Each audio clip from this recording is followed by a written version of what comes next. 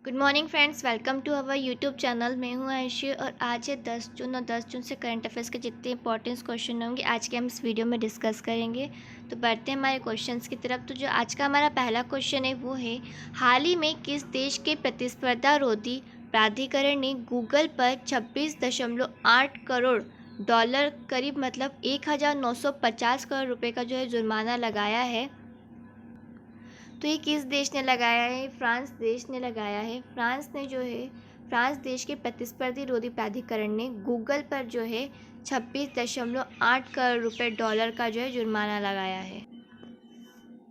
तो यह कार्रवाई जो की है इन्होंने, ये ऑनलाइन विज्ञापन कारोबार में दबदबे वाले रवैये अपनाने को लेकर की है। मतलब गूगल जो है, प्राधिकरण के बयान के मुताबिक उन्होंने अपना बयान दिया है फ्रांस ने कि जो गूगल है, गूगल द्वारा अपनाया गया रवैया बेहद ही गंभीर है। मतलब इन्होंने दबदबे वाला रवैया जो है फ्रांस पे अपनाया है। तो फ्रांस ने जो है प्रतिस्पर्धा रोधी प्राधिकरण के तहत जो है गूगल पर 26.8 करोड़ रुपए का जो है 8 करोड़ डॉलर का जो है जुर्माना लगाया है। मतलब करीब 1950 करोड़ रुपए का जुर्माना लगाया है।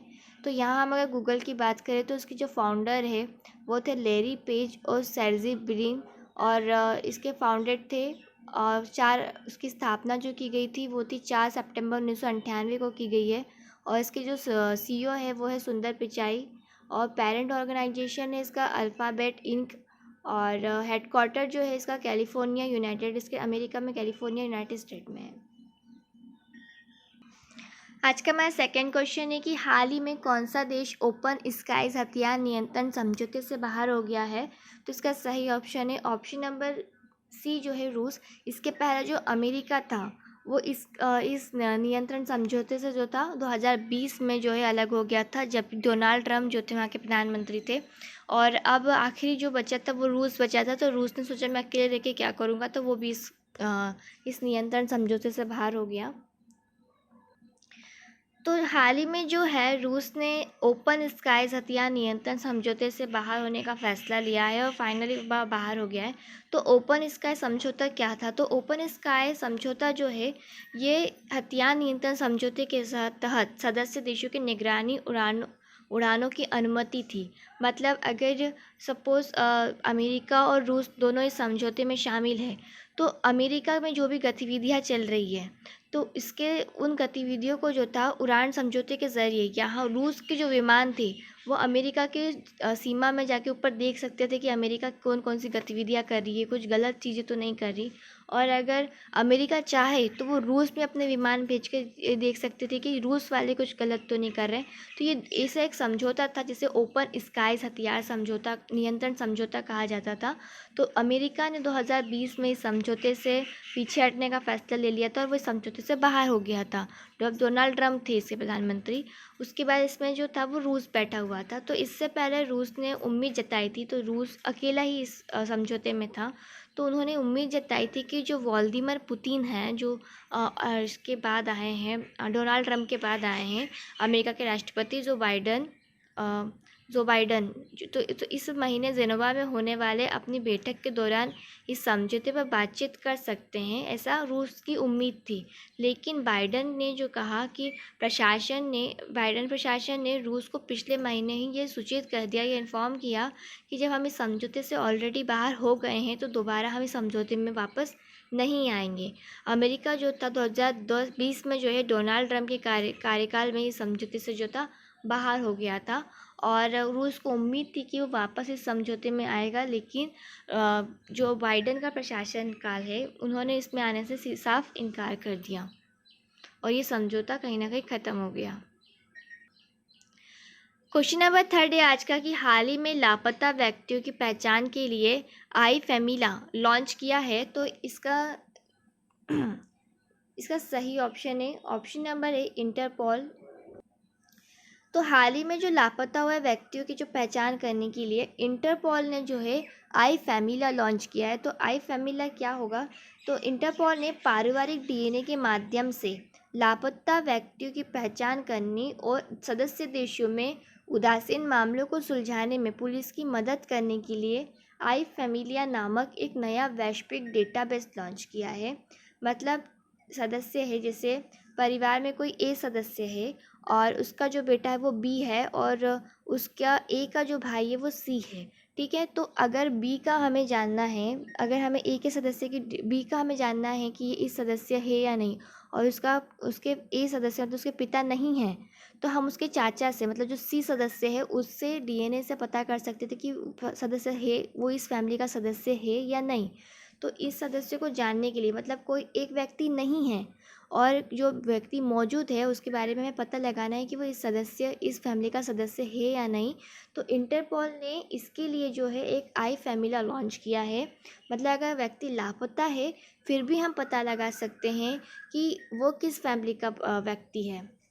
तो फैमिला जो डीएनए रिश्तेदारी का मामले का उपयोग ज़्यादातर उन मामलों में किया जाता है जहाँ पर लापता व्यक्ति का सीधा नमूना उपलब्ध नहीं होता है, तब डीएनए रिश्तेदारी मिलान का उपयोग किया जाता है। तो जो आई फैमिला है एक तरीके से डीएनए रिश्तेदारी मिलान है जिसे इंटरपोल ने बनाया था। तो अगर हम इंटरपोल की बात करें तो इंटरपोल के जो अध्यक्ष है वो है अध्यक्ष किम जोंग ऑंग, और जिसकी स्थापना हुई थी 7 दिसंबर 1923 को इसकी स्थापना हुई है। इसका जो मुख्यालय है वो लियो फ्रांस में है और इसका आदर्शवाद है connecting police for a safe world. तो ये याद रखने वाली बातें। और इंटरपोल ने हाल ही में आई फैमिला लॉन्च किया जो कि डीएनए रिश्तेदारी मिलान का और इसमें यूज़ किया जाएगा। और जो मतलब लापता व्यक्ति हैं उनकी पहचान के लिए ये है। और इसका जो अध्यक्ष है वो है किम जोंग यांग। इसकी स्थापना जो हुई थी इंटरपोल की वो हुई थी 7 सितंबर 1923 में।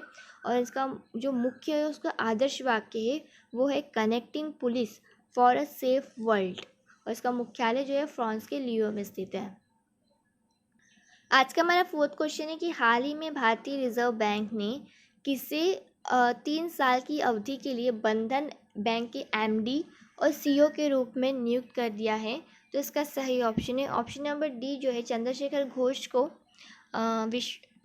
तो हाल ही में जो चंद्रशेखर घोष है भारतीय रिजर्व बैंक ने इन्हें जो है 3 साल की अवधि के लिए पूरी 3 साल की अवधि के लिए बंधन बैंक के एमडी और सीईओ के रूप में जो है नियुक्त करने की मंजूरी दी है। तो इसमें जो इम्पोर्टेंट क्वेश्चन है वो ये आता है कि जो बंधन बैंक का मुख्यालय कहाँ है। ये यूपीएससी के एग्ज़ाम में आ चुका है कि बंधन बैंक का मुख्यालय कहाँ है। तो बंधन बैंक का मुख्यालय है पश्चिम बंगाल कोलकाता में। और बंधन बैंक की स्थापना कब की गई थी तो 2001 में जो है इसकी स्थापना हुई थी। इसमें याद रखने वाली बात यही है। और हाल ही में जो इसके एमडी और सीईओ है जिनको 3 साल के लिए भारतीय रिजर्व बैंक द्वारा बना अवधि के लिए एमडी और सीईओ बनाया गया है, नियुक्त किए गए हैं, तो वो है चंद्रशेखर घोष। आज का हमारा 5th क्वेश्चन है कि हाल ही में हरियाणा के मुख्यमंत्री जो है मनोहर लाल खट्टर, हरियाणा के मुख्यमंत्री कौन है मनोहर लाल खट्टर, उन्होंने जो है किस जिले में 80 एकड़ की ऑक्सी-1 बनाने की घोषणा की है। तो इसमें तो 2 जिले लिए गए हैं, जो दोनों जिले हैं करनाल और पंचकुला। तो इसका सही ऑप्शन होगा उपरोक्त दोनों जगहों पर जो है हरियाणा के मुख्यमंत्री ने ऑक्सी-1 जंगल मतलब एक जंगल है ऑक्सी-1 बनाने की जो है घोषणा की है इन्होंने, और ये 80 एकड़ की ज़मीन होगी। तो हाल ही में जो है हरियाणा के मुख्यमंत्री मनोहर लाल खट्टर उन्होंने 80 एकड़ पे 2 जिले हैं करनाल और पंचकुलाल में ऑक्सी-1 बनाने की जो है घोषणा की है। तो ऑक्सी-1 में जो है पंचवटी, बेल, आंवला, अशोक, बरगद और पीपल के वृक्ष जो हैं शामिल होंगे। 5 जून 2021 को विश्व पर्यावरण दिवस के अवसर पर उन्होंने वृक्षों के महत्व को प्रकाश डालते हुए और संवर्धन, संरक्षण, वृक्षारोपण को प्रोत्साहित करते हुए जो है हरियाणा सरकार ने 4 महत्वपूर्ण योजनाएं जो है शुरू की थी। और उन 4 महत्वपूर्ण योजनाओं में से एक योजना थी ऑक्सी-1 जो कि करनाल और पंचकुला में होगी। पंचकुला में एक ऑक्सी बनाया जाएगा। तो इसके अलावा जो 3 और योजनाएं थी उनके बारे में हम थोड़ी डिटेल जानेंगे। तो जो पहली योजना थी हरियाणा सरकार की वो थी प्राणवायु देवता पेंशन योजना।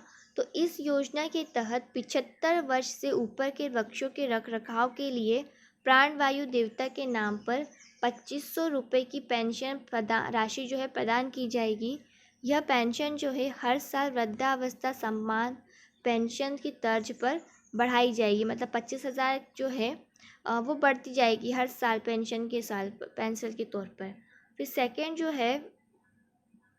सेकंड है हरियाणा में पंचवटी वृक्षारोपण। तो इस पहल के तहत हरियाणा के गांवों में पंचवटी के नाम से वृक्षारोपण किया जाएगा। जब भी वृक्षारोपण होगा तो उसे पंचवटी का नाम दिया जाएगा और यह पेड़ों से प्राकृतिक ऑक्सीजन प्राप्त करने की प्रक्रिया को जो है बढ़ावा देगा। पहल के तहत खाली ज़मीन पर एग्रो फॉरेस्ट के को भी बढ़ावा दिया जाएगा। इस प्रकार जो है ग्रामीण क्षेत्रों में पंचायतों की आय में भी जो है वृद्धि होगी। और जो थर्ड है वो है करनाल में ऑक्सी वन जो है 80 एकड़ में बनेगा और पंचकुला में जो है ऑक्सी वन बनेगा वो 100 एकड़ में बनेगा।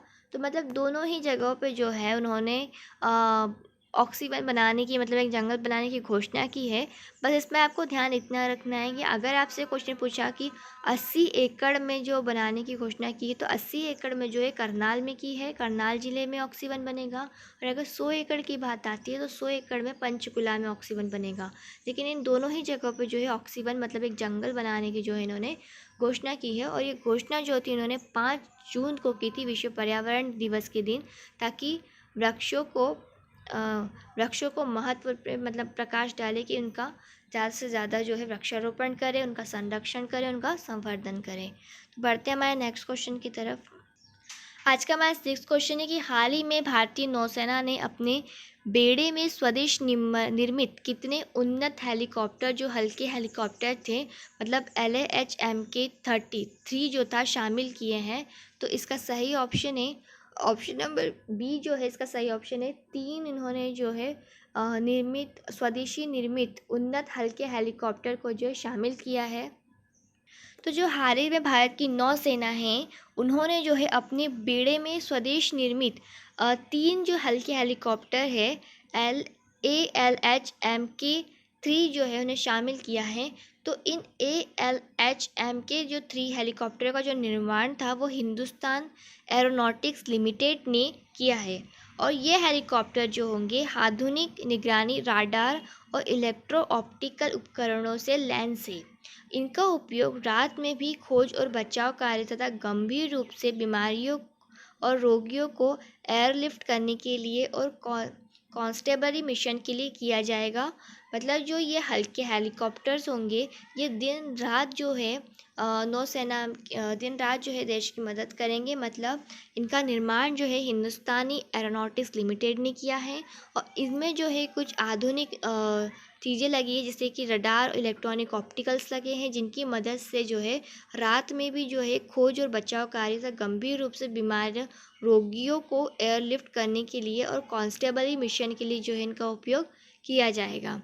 अब हिंदुस्तानी एरोनॉटिक्स लिमिटेड के बारे में अगर हम बात करें तो इसके जो CMD है वो है R माधवन और जो इसका मुख्यालय है वो बेंगलुरु कर्नाटक में है। आज का हमारे इस वीडियो का 7th क्वेश्चन है कि एनीमिया जो मुक्त भारत इंडेक्स 2020 और 21 की जो राष्ट्रीय रैंकिंग में कौन सा राज्य जो है पहले स्थान पर रहा है। तो इसका सही ऑप्शन है ऑप्शन नंबर बी जो है मध्य प्रदेश। तो हाल ही में जो है एनीमिया मुक्त भारत इंडेक्स 2020 और 21 की राष्ट्रीय रैंकिंग में जो है मध्य प्रदेश राज्य जो है वो पहले स्थान पर रहा है। मध्य प्रदेश में जो है 64.1 के स्कोर के साथ जो है ये पहले स्थान पर है। इसके बाद जो उड़ीसा का स्थान है वो है 59.3 के स्कोर के साथ जो है वो सेकंड पोजीशन पर है, अपने दूसरे स्थान पर है। हिमाचल प्रदेश एनीमिया मुक्त भारत इंडेक्स 2020 और 21 की राष्ट्रीय रैंकिंग में 57.1 के स्कोर के साथ जो है थर्ड पोजीशन मतलब तीसरे स्थान पर है। तो यहाँ पे याद रखने वाली जो बात है वो ये है कि एनीमिया मुक्त भारत इंडेक्स 2020 और 21 के टॉप 3 में कौन है। तो पहले पे जो है वो है मध्य प्रदेश जिसमें 64.1 का स्कोर किया हुआ है। सेकंड में जो है उड़ीसा है जिसका स्कोर जो है वो है 59.3 और जो थर्ड पोजीशन पे वो है हिमाचल प्रदेश जिसका स्कोर है 57.1। और ये तीनों ही जो देश है ये एनीमिया मुक्त है और भारत इंडेक्स में जो है सबसे पहले मध्य प्रदेश है, फिर उड़ीसा है और फिर हिमाचल प्रदेश है। आज का हमारा 8 क्वेश्चन है कि हाल ही में जो बाटा टीवी अवार्ड्स हुए थे 2021 में, बाटा टीवी अवार्ड्स की लीडिंग एक्टर का पुरस्कार किसने जीता था? तो जो बाटा टीवी एक्टर्स 2021 के लीडिंग पुरस्कार जो था वो पॉल मैक्सवेल ने जीता था। इसका सही ऑप्शन है option number A, Paul Maxwell इसका सही ऑप्शन होगा। तो जो बाटा टीवी अवार्ड्स 2021 में लीडिंग एक्टर का पुरस्कार पॉल मैक्सवेल ने जीता था। इसके अलावा और भी श्रेणी थी और भी विजेताएं थे, तो उनकी हम थोड़ी सी बात करेंगे।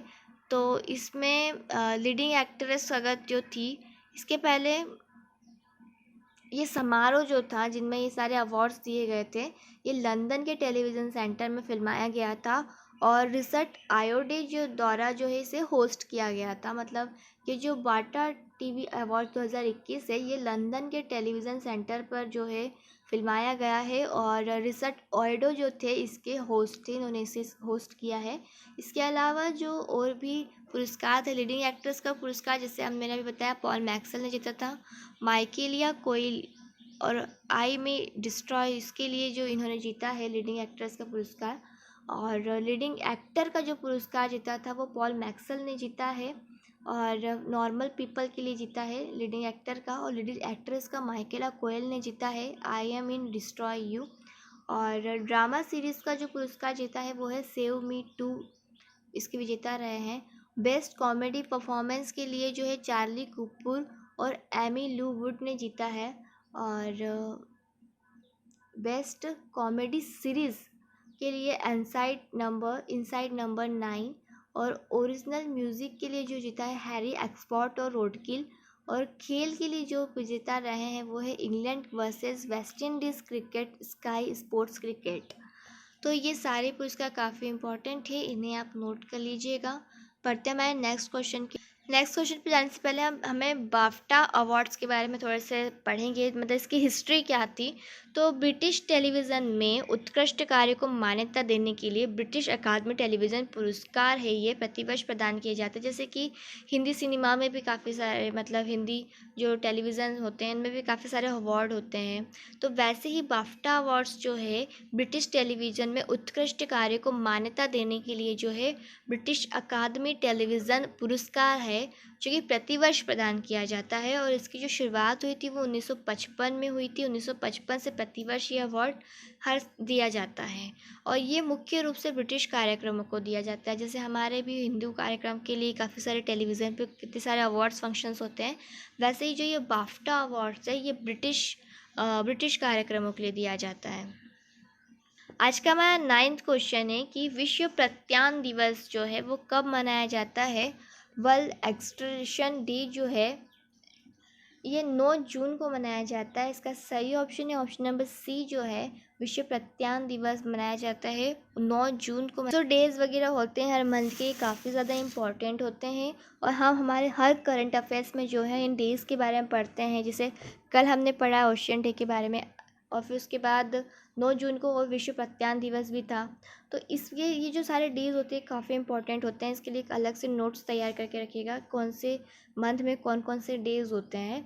तो ये जो विश्व प्रत्यान दिवस है तो ये हर साल जो है 9 जून को विश्व स्तर पर व्यापार और अर्थव्यवस्था में प्रत्यान की भूमिका को बढ़ावा देने के लिए मनाया जाता है।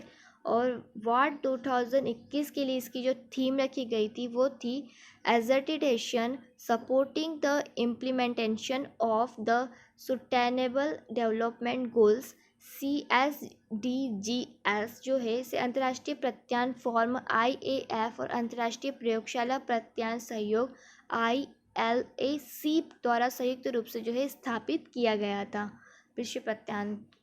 और हमारे बढ़ते हम नेक्स्ट क्वेश्चन की तरफ। आज का हमारा 10th क्वेश्चन है कि हाल ही में किसे वाइस एडमिरल महानिदेशक नौसेना संचालन, मतलब general director general Naval operation जो है किसे नियुक्त किया गया है? तो इसका सही आंसर है ऑप्शन नंबर ए, जो है राजेश पेदकर को जो है इसके लिए नियुक्त किया है। तो हाल ही में जो है राजेश पेदकर वाइस एडमिरल महानिदेशक को नौसेना संचालन के रूप में नियुक्त किया है। नौसेना अध्यक्ष की अगर हम बात करें तो इसके जो अध्यक्ष है वो है एडमिरल करमबीर सिंह। और भारतीय नौसेना की स्थापना जो हुई थी वो 26 जनवरी जो है 1950 में हुई थी।